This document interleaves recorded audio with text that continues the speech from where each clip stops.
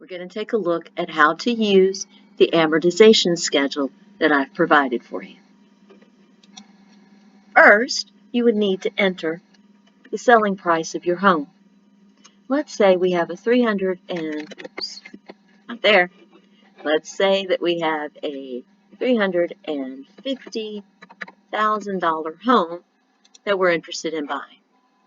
And let's say, based on today's market, we're able to get 7.032% as our annual interest rate, or APR. Once we've entered the selling price and the annual interest rate, or APR, we'll be able to see the monthly payment. You might have to scroll depending on the size of your device. Here I see my payment is $2,336.09. Immediately below what you enter, you will see the total amount paid and the total interest that's paid.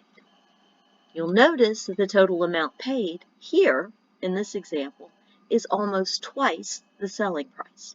But remember, we're making these $2,300 payments every month for 360 months, or 30 years. The total interest paid, again in this example, is more than the selling price.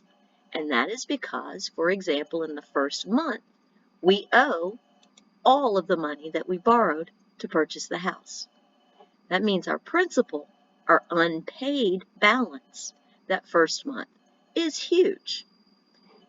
7% of that is applied to interest. When we make our $2,336.09 payment, we first pay off the interest for that month, and whatever remains, in this case just $285, is left to pay down the unpaid balance. So at the end of the first month, we still owe almost $350,000. But since we owe less, next month our interest will be less, and more of our payment will be applied to the unpaid balance. If you scroll, you'll see that the accrued interest continues to go down because your unpaid balance continues to go down. That means more of your payment goes towards the principal, the unpaid balance for that month.